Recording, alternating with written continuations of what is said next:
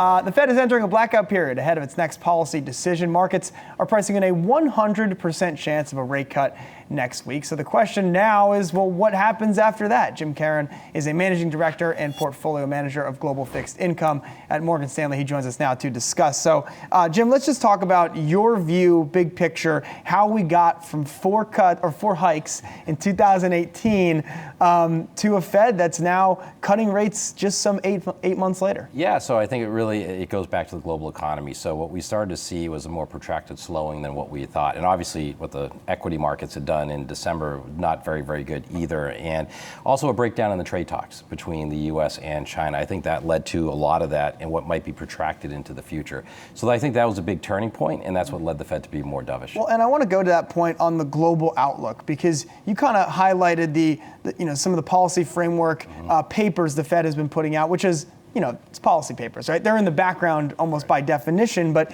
they are trying to rejigger the way that they view the world. And is the market not really appreciating that yet? The market is not really appreciating that yet. And that is absolutely right. Because if you think about what Powell said when he testified in front of Congress in mid-July, he talked about the Phillips curve and he said how it's not working anymore. Now, let's not gloss past that. That's a big deal, right? That is a unifying theory for Fed policy. That's what gets the Taylor rule, the inflation and unemployment rate connected to get an optimal policy rate.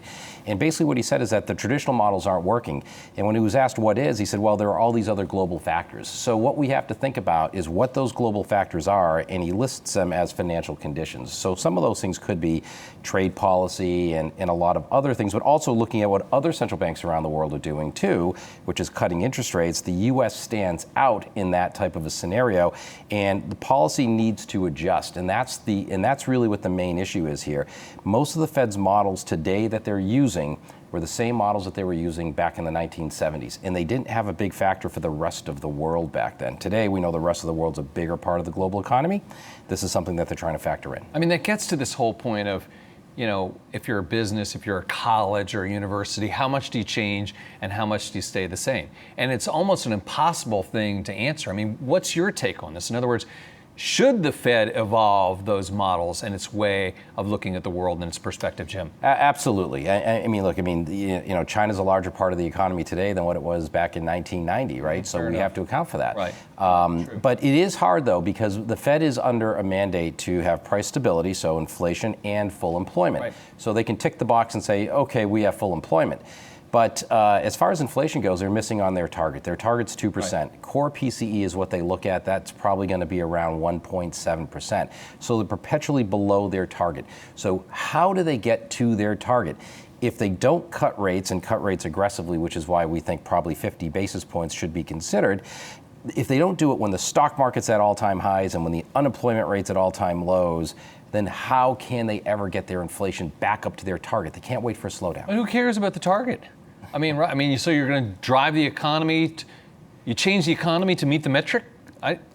Well, I don't know. I mean, I'm not sure if they're trying to necessarily change the metric or they certainly care about the economy. Yeah. But I think what the issue is that what they found is that disinflationary or deflationary factors in the markets are harder to cure. Look at Japan, and Europe's in that right now. Every other central bank that's tried to go easy and calmly has failed on their targets. So I think they've got to be bold. So the idea of being bold in a 50 basis point cut, let's just say that happens. Do you think that investors and even people in DC have misplaced their trust and confidence in this institution to be able to enact a 50 basis point cut, and that is going to solve all our problems? Yeah, I think that's a really good question, because it's not really about the next move in July. It could very well be, odds are it's 25 basis points. That's what the markets are pricing, right? So we're a little bit more aggressive in saying it could be 50. It's really what's on the follow. So let's say they do deliver a 50 basis point cut, or they do 25 in July and 25 in September. Your point is exactly right. What do they do beyond that? And how do they communicate to the market that they're not done? So even though the markets are pricing in 100 basis points of rate cuts over the next 12 months, they can't signal that, hey, yeah, 100 and we're done, because then what we're going to do after they go 50 or 75 is we're going to price the end of the cycle, and that's going to have bad effects on the markets.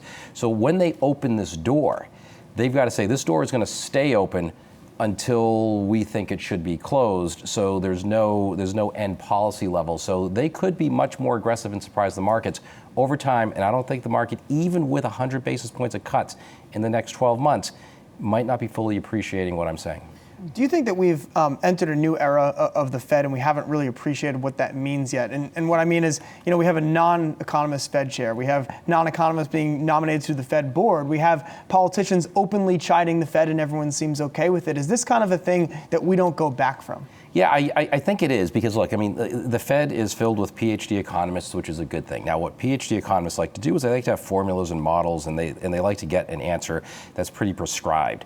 Right now, we're moving into a territory where you've got to say, well, how does this feel right now? What should we be doing differently? How should we change it? They don't have a metric in place like a Taylor rule or a Phillips curve to address the current global economy today. So they're looking for this other factor. And in this white paper that they wrote on June 7th, 2019, before all of this stuff started to begin, what they talked about was adding another factor to this, which is called GDP at risk. Yep. And what they're looking at are more global financial conditions to try to help them understand how U.S. growth might be affected by other global factors. That is not part of their dual mandate. Their dual mandate is price stability and full employment. So how do they get this other global thing in there, right? It's going to be difficult, and it's even harder to communicate. All right, Jim Caron with Morgan Stanley. Thanks so much for joining us. Thank you.